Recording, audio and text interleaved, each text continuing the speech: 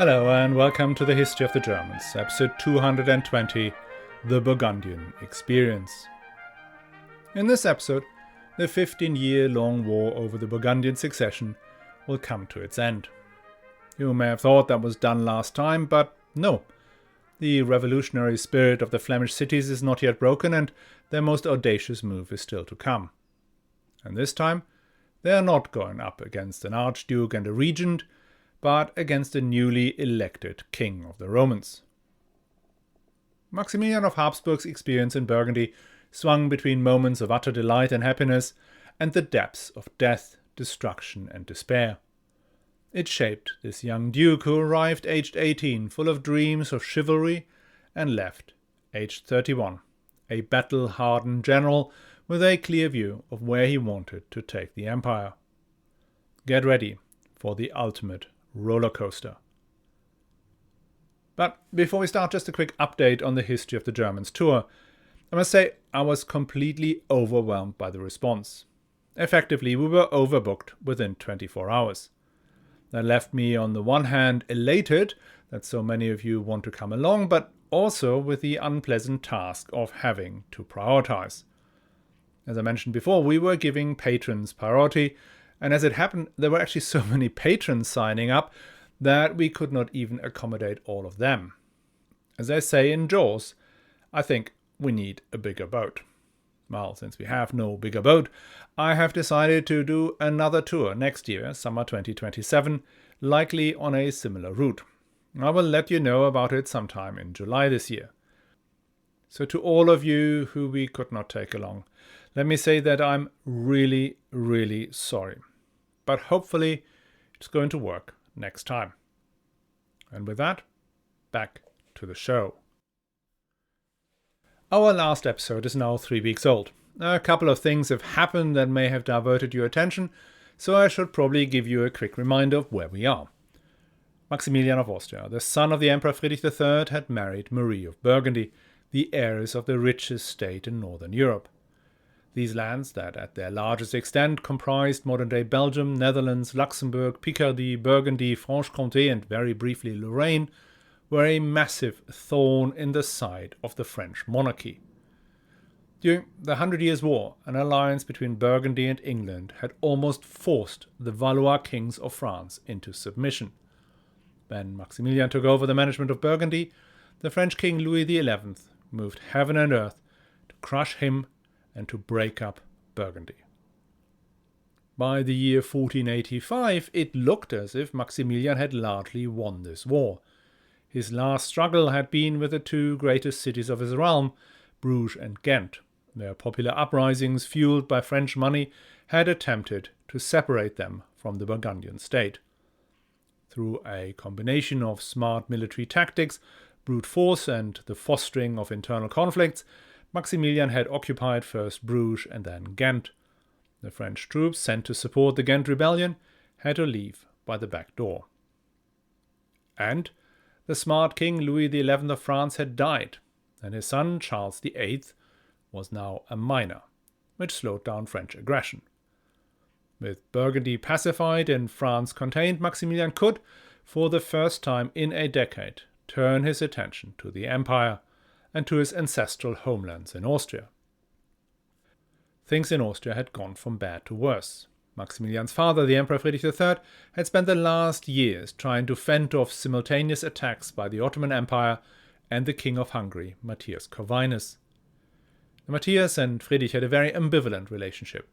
On the one hand, they had both claimed the title of King of Hungary and had clashed before, but that conflict had ended in a compromise that had left Friedrich with a small part of Hungary and the nominal right to carry the title, whilst Matthias received the Hungarian crown back and most of the land, and then the two men recognized each other as heirs of their respective lands should either die without male offspring.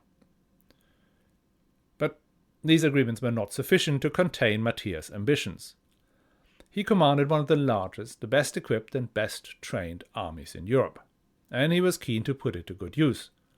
He had fought a long war with Bohemia that brought him Silesia and Moravia, and when that concluded in a peace agreement in 1478, he turned his eyes back on Austria.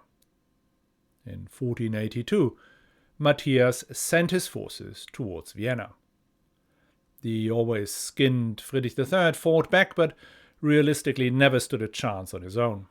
He begged and pleaded with the princes to fend off this foreign invasion into the empire. He called diet after diet, but no help was forthcoming. Much like with Maximilian's Burgundian efforts, the princes did regard the Habsburg quarrels with their neighbours as a private matter, not one that affected the empire in its composition. They clearly did not see it in the same vein as the siege of Neuss, where plucky Rhinelanders were holding out against Charles of Burgundy, who the empire largely regarded as a French prince. And since I'm mentioning Neuss, let me pass on a recommendation from my old school friend and avid listener to the show, Ulf. It is The History of the Siege of Neuss by the city's scribe Christianus Wierstraat, one of the earliest print products and much more lively in its descriptions than earlier chroniclers. There's, for instance, a story about how the defenders of the city threw diluted pig manure on the attackers with devastating effect, and lots more. Just check out his comments on the episode 214 webpage, where you can also find links to find the actual chronicle. Another matter was holding the princes and electors back from supporting Friedrich III, and that was the issue of imperial reform. Now, this topic had been on the table since at least 1410, and we are now entering the hot phase of constitutional change. Now, for now, I will only mention this in passing, but do not worry, we'll really get deep into it when we reach the Diet of Worms, which happened in 1495. We are still 10 years away from that, in 1485, and Matthias Hunyadi has just taken Vienna, almost to the day when Maximilian marched into Ghent. And this shifted the political situation in the empire at least a little bit. The princes were initially only mildly uncomfortable about a Hungarian taking over Austria. Would not be the first foreigner to hold a territorial principality. But they then became actually concerned when Matthias assumed the title of a Duke of Austria without even asking for any kind of confirmation from the emperor or from the Diet. That could be interpreted as a removal of Austria from the Commonwealth, and losing Austria would be embarrassing, and the world was still sufficiently medieval for embarrassment to be an important factor in politics. What was even more embarrassing for all concerned was the 70-year-old Emperor Friedrich III, who had suddenly become homeless. Over the next few years, he would move from one city or monastery to the next, demanding being housed and fed, and left once the imperial credit at the local tailors, butchers, and bakers had been exhausted. Friedrich put all his worldly possessions into his cousin Sigismund's garage and left him his beloved daughter Kunigunde to look after. And as we have heard in episode 197, the care and attention of the old roue did not extend to preventing her running away with one of Friedrich's many enemies, the Duke Albrecht of Bavaria-Munich. Now, to break out of this rather awkward situation, Friedrich III and Maximilian made a move that was at the same time long overdue and audacious. Now, all throughout the time that Friedrich III had worn the imperial crown, there had been discussions about electing a king of the Romans. The princely reform faction had proposed Friedrich the Victorious of the Palatinate, and then Georg of Podiebrad, the king of Bohemia. And then Charles the Bold had put his golden hat into the ring during the meeting in Trier. In 1486, another slate of potential candidates were discussed, including Albrecht of Saxony, a close ally of the Habsburgs, and then even more bewildering, Matthias Hunyadi himself, the Hungarian king and invader of the empire. Now, this constant debate showed first and foremost that the empire remained dissatisfied with the lack of initiative of Friedrich III and his reluctance to tackle the issue of imperial reform beyond the Landfrieden, the general peace he renewed in regular intervals. The princes and the public opinion had had enough, and they demanded a more proactive figure at the helm of the empire. At the same time, electing a king of the Romans whilst the emperor was still alive had happened only once since the days of the Hohenstaufen. In 1376, Emperor Karl IV had burned through literally millions to get his feckless son Wenceslas elected, and that was definitely no good precedent at all. Still, in 1486, 6 prince-electors gathered in Frankfurt to elect a new king of the Romans. There were only 6 of them present because we now have 2 kings of Bohemia, Ladislav Jagiello, who ruled Bohemia proper, and then the already mentioned Matthias Hunyadi, who had received the title along with Silesia and Moravia in the peace agreement that ended his Bohemian campaign. And neither of these men were fans of Maximilian and Friedrich, so there were NFI. Which tells you also who was the key candidate for the crown here, and that was, of course, Maximilian, by now 27 years old, a battle-hardened general who had been at war continuously for 9 years, who had defeated the mighty King of France and had subdued the haughty cities of Flanders. In massive contrast to his father, he was young, dynamic, full of ideas, and he hinted that he may be open to a reform of the empire. Though it all had been set up and arranged by the Habsburgs, the outcome still wasn't a foregone conclusion.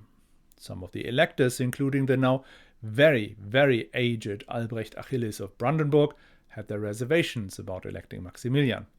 Hungarian and French agents were distributing bribes and spreading discontent. And then there was the obvious question whether the election should be made conditional upon at least a first step towards imperial reform. Another issue that had often been cited in the past was, however, a non-issue. Maximilian and Friedrich III had not seen each other since the fresh-faced prince had set off for his Burgundian adventure, and whilst Maximilian's star was rising rapidly, Friedrich's already somewhat matte rays had dimmed even further. And Friedrich had made Maximilian swear not to interfere in matters of the empire until the day his father had indeed shuffled off his mortal coil. Now, some writers took these circumstances and concluded that Friedrich III had been jealous of his son and opposed Maximilian's election. And it is true that Maximilian had asked for an election long before 1486, and his father had turned him down. But that may not have been down to animosity or jealousy, but more a function of the still unstable situation in Burgundy. Hermann Wiesflecker, whose 3-volume biography of Maximilian is really the benchmark of all secondary sources, argued convincingly and based on detailed analysis that Friedrich III was very much the engine behind the election of his son as a way to free up resources for the reconquest of Austria. So, on February 16, 1486, the prince-electors gathered in the church of St. Bartholomew in Frankfurt, the church that is today called the Frankfurter Dom. Unusually, the election was presided over by the reigning Emperor Friedrich III, who kept things in check. Maximilian I was duly elected King of the Romans. At the same time, the Landfrieden, the general peace, was extended by another 10 years, and the Kammergericht, the professional imperial court, was revived to adjudicate disputes. And then there was the main reason the Habsburgs had come to Frankfurt and had spent significant amounts bribing the electors, and that was to get the imperial princes to help pushing the King of Hungary out of Austria. But more on that issue in a moment. Before we get to the business end, we have to talk about the coronation, which at this point still took place in Aachen, complete with seating on the throne of Charlemagne and weird rituals involving oaths. But the best bit was the feast. Of course, the great princes and bishops were served an innumerable number of dishes. Maximilian and Friedrich on gold plates, not silver, a Burgundian tradition. And as for the common people, they were provided with some fine dish as well, a dish that leaves even the legendary turducken in its wake. The court chefs roasted an ox, stuffed with a pig, that was stuffed with a goose, that was stuffed with a chicken, which was stuffed with a pheasant.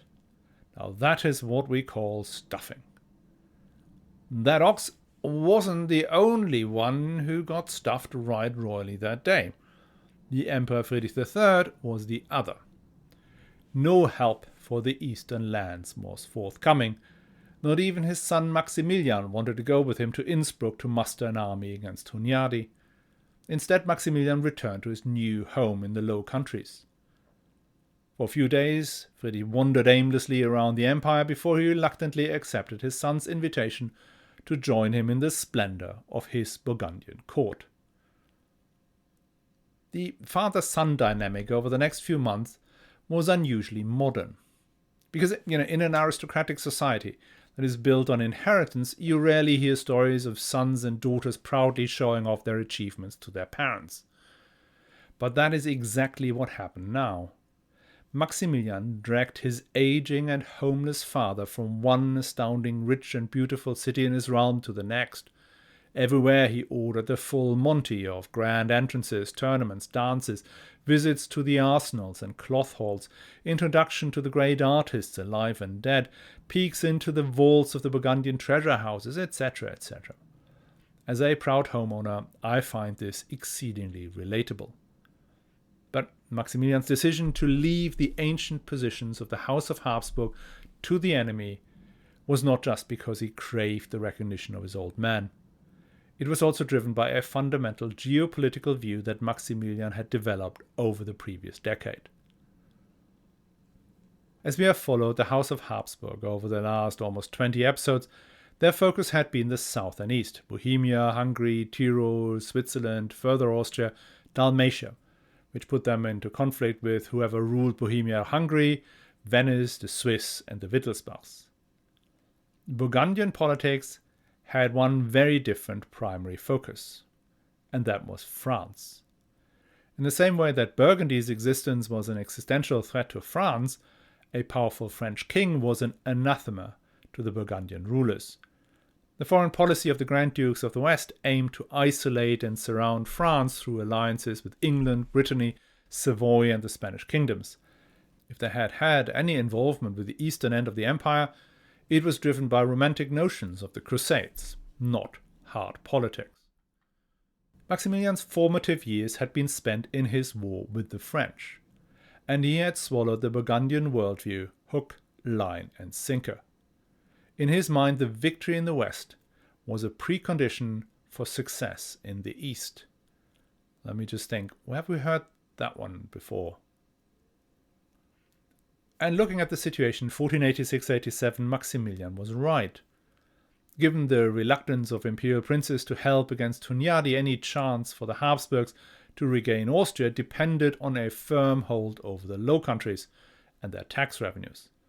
And in 1486, the Low Countries were again unstable, and the French were back on the warpath. The French regent, Anne of Beaujeu, the only one of Louis XI's children who have inherited his cunning, had taken advantage of a serious mistake Maximilian had made.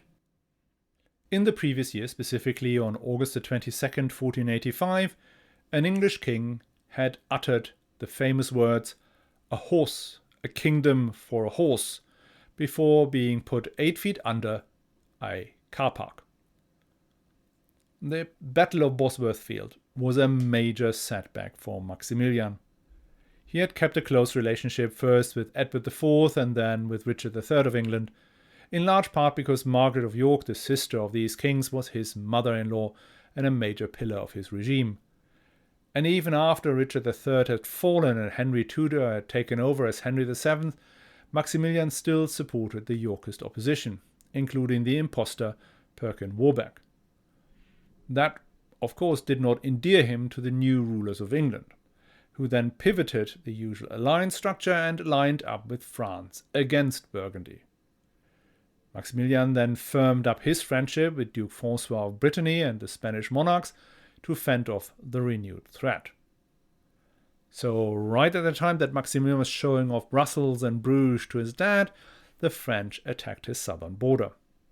Maximilian had to go to the Estates General once again and ask for money.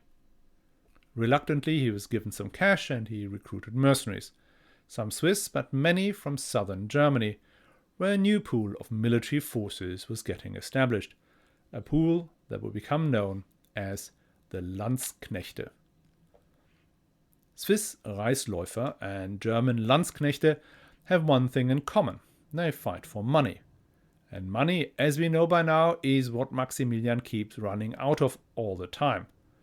The net result of that was that Maximilian fought a number of reasonably successful engagements but could not follow through, because he constantly lacked the cash at the crucial moment. Another issue was that the Swiss were leaning more and more towards the French, whose payment discipline was significantly better than the Habsburgs. So when Maximilian was trying to drive his forces into French territory, the Swiss refused and went home. This will become a fixed pattern in the forthcoming conflict between France and the Habsburgs.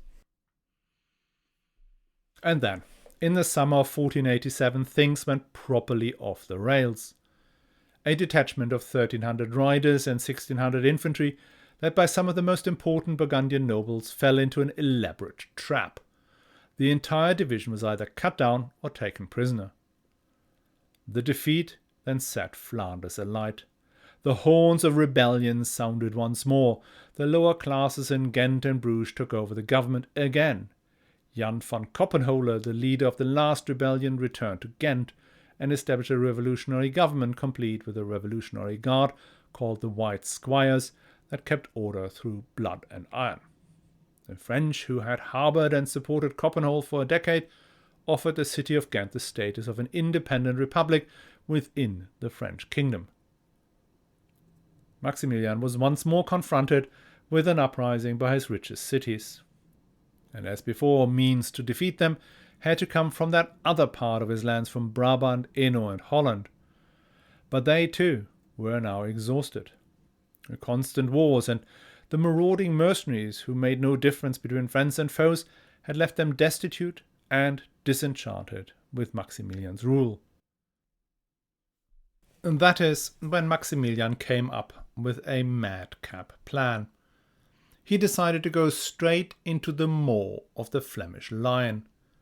He took just 500 men and entered Bruges. He took up residence in the ducal palace and opened negotiations with the Estates General he had convened there. For about a month, things looked as if they were going to reach a compromise. Maximilian felt confident enough to send some of his men out to reinforce an army he might lead against Ghent if needed. But when he decided to leave Bruges and to join them, things got out of hand.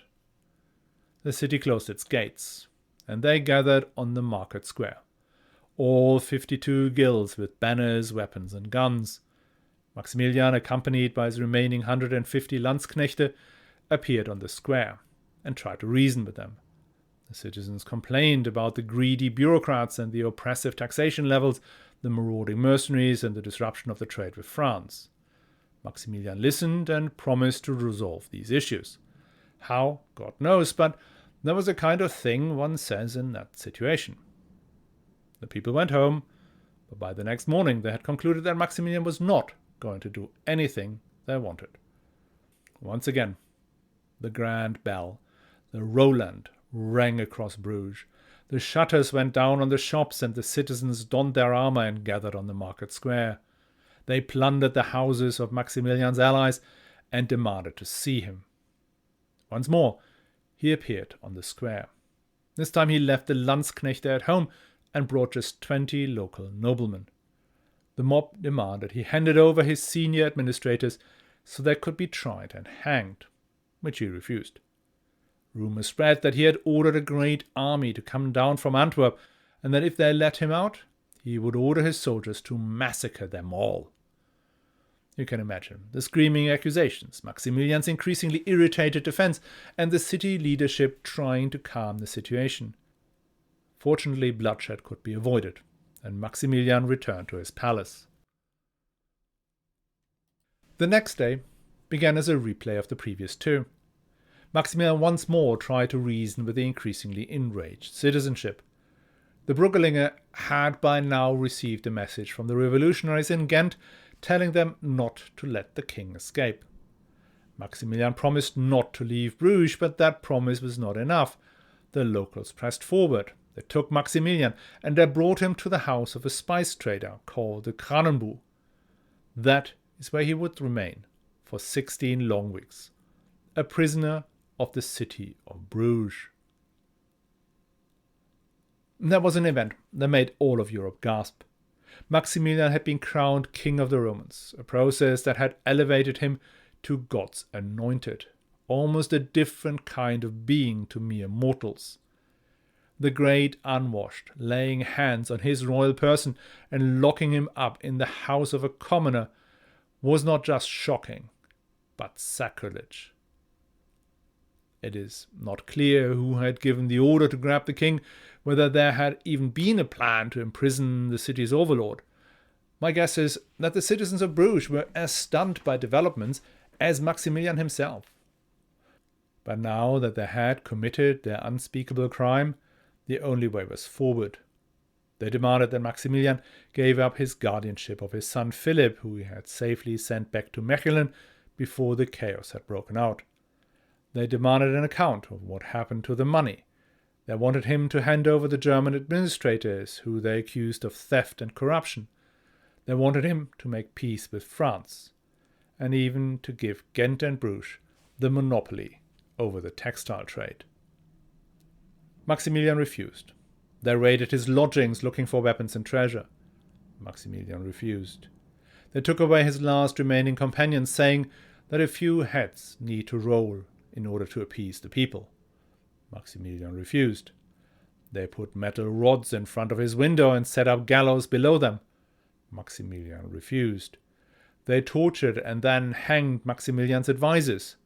Maximilian refused. They plundered the ducal palace and sought out the Landsknechte and killed them. Maximilian still refused. Like so often in revolutions, the breakdown of one set of rules leads to the next set of institutions to fall until there are no safeguards left. The executioners of Ghent and Bruges were working overtime. Maximilian was placed into another prison. He now truly feared for his life. He wrote to his father begging him to come, otherwise he will soon be dead by poison or by violence. He would later say that he often saw a man aiming his crossbow directly at him when he passed a window. There is a story about one of Maximilian's closest associates, a man by the name of Kunz von der Rosen. He was the son of a prosperous merchant from Kaufbeuren, a small free imperial city. He had ascended rapidly in the archducal and now royal service due to, quote, the utmost diligence in his work, an open and courageous character, but more than that, the ability to find the cheerful side in all situations in life, and his ever-ready wit, end quote. He would often describe himself as the emperor's fool, and he is depicted as such in Maximilian's monumental triumphal arch. But he was a joker with a poker. He fought in most of Maximilian's battle and became a hugely influential advisor. There's a story that he gained access to Maximilian in his prison in Bruges, disguised as a Franciscan monk, complete with tonsure and shave, and offered to take Maximilian's place, letting him leave in his costume. Maximilian refused, unwilling to sacrifice his friend, who would undoubtedly been torn to pieces by the mob if he had escaped. The situation turned more into Maximilian's favor when the empire finally rallied behind him. Though the princes still saw the Low Countries as a Habsburg private project, the incarceration and the threatening of their king was an unbearable attack on their honor and status. By April 1488, a sizable army gathered and marched towards Bruges. That caused a re-evaluation of options amongst the citizens. Calmer heads prevailed, and they allowed Maximilian more freedom and more luxuries. And negotiations over a formal peace began. Maximilian ultimately confirmed the rights his wife Marie had granted the estates of the Low Countries in what was called the Great Privilege of 1477. That was effectively giving them almost complete autonomy. He promised to honor the Peace of Arras from 1482 that gave France a third of the former Burgundian state and his daughter. He further agreed to remove all German and foreign advisors, to send his mercenaries home, and to renounce the guardianship of his son and the regency. And of course he agreed that what happened in Bruges stayed in Bruges. There was a weird ceremony in the Church of St. Jacob where Maximilian swore to uphold all his commitments and declared that now finally they would all have peace. There was a lot of singing and jubilation, and Maximilian finally was allowed to leave Bruges. At the gate, He promised once more that he would stick to all his promises, but ominously added that, of course, he could not guarantee that his father would. Well, he wouldn't he? Friedrich III put Ghent under siege. The Pope issued an interdict against Bruges. Maximilian got around his oaths and promises by saying that it was only binding on him, not on the emperor or the imperial princes. So he left the leadership of the campaign against Bruges and Ghent to his father and the imperial princes. He himself focused on fighting the French and pirates. What followed was another 4 years of atrocious warfare. The imperial army may not have been as successful in open battle or at sieges as Maximilian had been, but they were experts in the art of devastation. The initial model of various electors, archbishops, counts and dukes came to avenge the king of the Romans was, however, quickly replaced by a more modern approach. Duke Albrecht der Beherzte, the Courageous, was a very wealthy imperial prince and founder of the lines of the Dukes of Saxony that ruled in Dresden and rose to royal titles. I think we talked about that in episode 198 or 99. And he was also a war entrepreneur. I'll talk a lot more about the Landsknechte and how they operated in one of the upcoming episodes. For now, it's enough to say that we are in a time period where it was more effective to hire an army of well-trained and well-equipped mercenaries than to bring a feudal levy of knights. Albrecht had the funds to raise and maintain such an army, and he was an excellent general who had fought in dozens of campaigns. He had sparred with the most famous war leaders of the time, Charles the Bold and Matthias Hunyadi, and he had a very rare quality that Maximilian and Friedrich appreciate more than anything else. He was willing to work on credit. Though Maximilian's rule of the Low Countries came again close to collapse, Albrecht's persistence and ability to pay his soldiers won through in the end. The French King Charles VIII made peace in 1489, and the cities of Flanders finally signed on the dotted line in 1492. The 15-year-long war over the Burgundian succession was finally over. But at what cost? The land was utterly destroyed. The population had shrunk dramatically due to famine and a return of the plague. When Maximilian's son Philip took the reign in 1494, he kept the Low Countries out of all of his father's conflicts. This state that had once sustained the exuberant splendor of Philip the Good and the impressive war machine of Charles the Bold no longer had the resources to do any of these things. As for Ghent and Bruges, the major trading houses had enough of war, siege and death and left for Antwerp. Did Burgundy make the Habsburgs rich? Ultimately, not really. These were the wealthiest lands in northern Europe, but even after they had recovered, much of the proceeds had to go against the debts that Maximilian had built up in the wars of succession, and it took until the middle of the next centuries for them to be repaid. And raising taxes continued to be a precarious process, as everyone remembered the riots and rebellions. So on Maximilian's P&L, the Burgundian state ranked roughly on par with Tyrol and Austria, and in terms of balance sheet, well below the silver mines of Schwarz.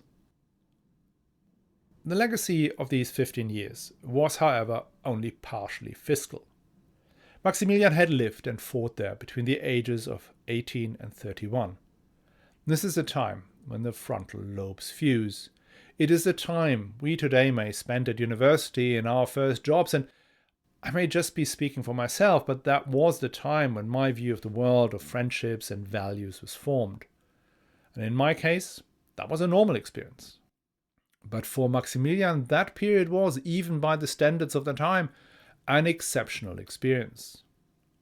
He arrived coming from the modest, almost austere court of his father to the most luxurious, most sophisticated society in northern Europe. Literally every piece of clothing, art, armor, every painting, every tapestry touched by the rulers of Burgundy was made by one of the greatest artists of the time. The parties, the tournaments, the dances, the music, everything was so much more refined. Court etiquette allowed for openness and interaction between the sexes that was utterly alien to conservative styria. And then the hunts. Sure, there was some great hunting at his father's castle in Wiener Neustadt, but these Burgundian palaces, they had menageries with lions, leopards, rare birds. The letters he wrote home to his friend Prusek are almost breathless in their description.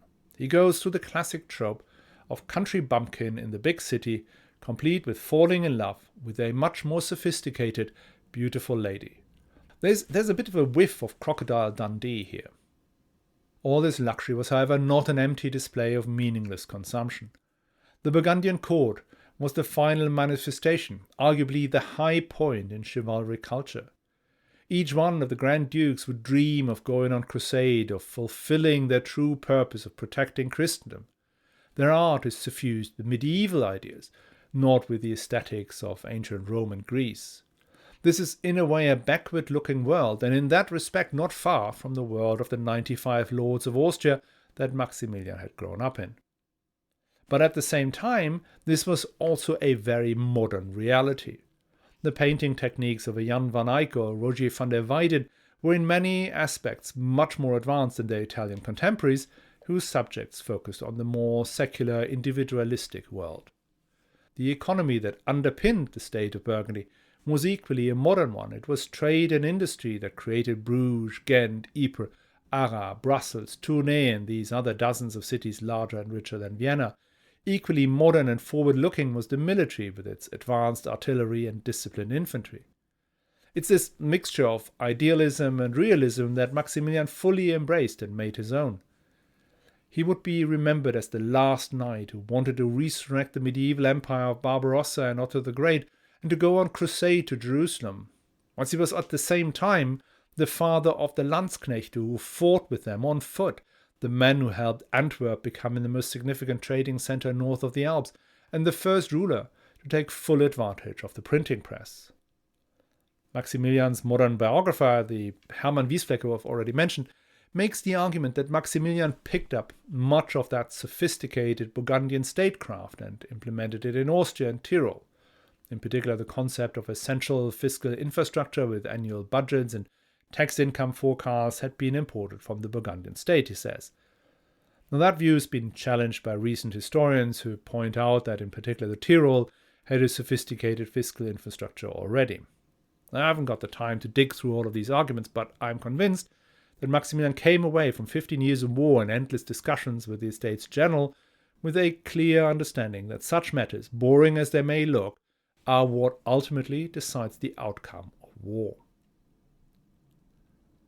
Against all that splendor and brightness, Maximilian also experienced terrible tragedy whilst he was in Burgundy. Marie's sudden death shook him deeply, and he kept her memory alive until his death. And we shouldn't forget that he lost his children. That must have been exceedingly painful. One of them he got back relatively young, but his daughter had become a teenager by the time he meets her again. Being imprisoned by a mob, watching his senior servants being tortured and being unable to protect them, that must have been a terrible shock, and it left him with a lifelong hatred for Bruges and Ghent, and for effectively any form of city autonomy. And then let's not forget the endless litany of betrayals and disappointments. The imperial princes that constantly refused to help until it was almost too late. His cousin Sigismund, who kept stabbing him in the back. The constantly shifting allegiances of the great cities, and then the treachery, even by some of the members of his Order of the Golden Fleece.